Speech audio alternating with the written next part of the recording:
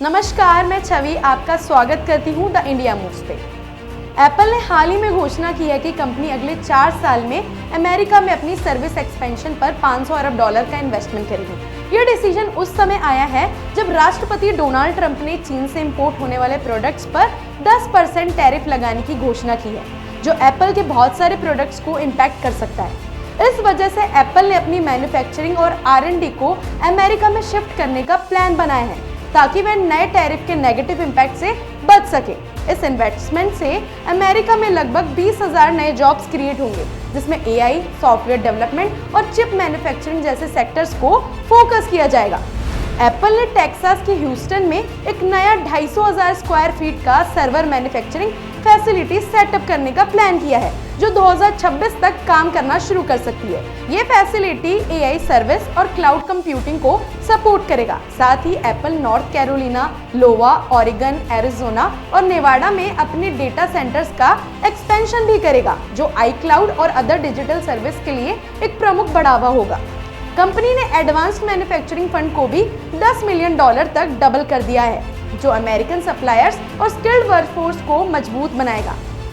इस इन्वेस्टमेंट का एक मेजर रीजन है चाइना से इंपोर्ट होने वाले प्रोडक्ट्स पर नए टैरिफ्स लगाना। एप्पल के आईफोन्स, मैकबुक्स और अदर एक्सेसरीज मोस्टली चाइना में मैन्युफैक्चरिंग होते हैं और नए टैरिफ्स की वजह से इनकी कॉस्ट इंक्रीज हो सकती है, जो कंज्यूमर के लिए प्राइस बढ़ा सकती है।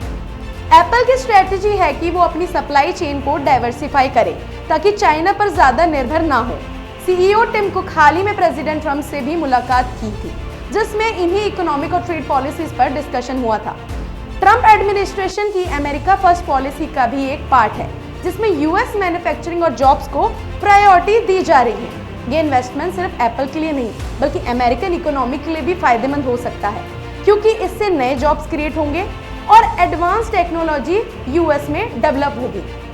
इसके साथ ही एप्पल AI और चिप मैन्युफैक्चरिंग में भी अपना फोकस शिफ्ट कर रहा है। फ्यूचर में एप्पल का प्लान है कि वो सेमीकंडक्टर और AI ड्रिवन टेक्नोलॉजी पर ज्यादा इन्वेस्टमेंट करे ताकि चाइना और ताइवान जैसे मार्केट्स पर उसकी डिपेंडेंसी कम हो। ये स्टेप एप्पल की ग्लोबल मार्केट स्ट्रेटेजी का एक बड़ा हिस्सा है, जिसमें कंपनी एक self reliant supply chain develop करना चाहती है।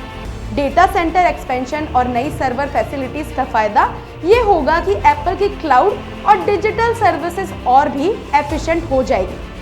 एप्पल का यह बड़ा इन्वेस्टमेंट टेक इंडस्ट्री में एक नया शिफ्ट ला सकता है, जिसमें अदर कंपनीज भी अपनी सप्लाई चेन और प्रोडक्शन को US शिफ्ट करने का सोच सकती है।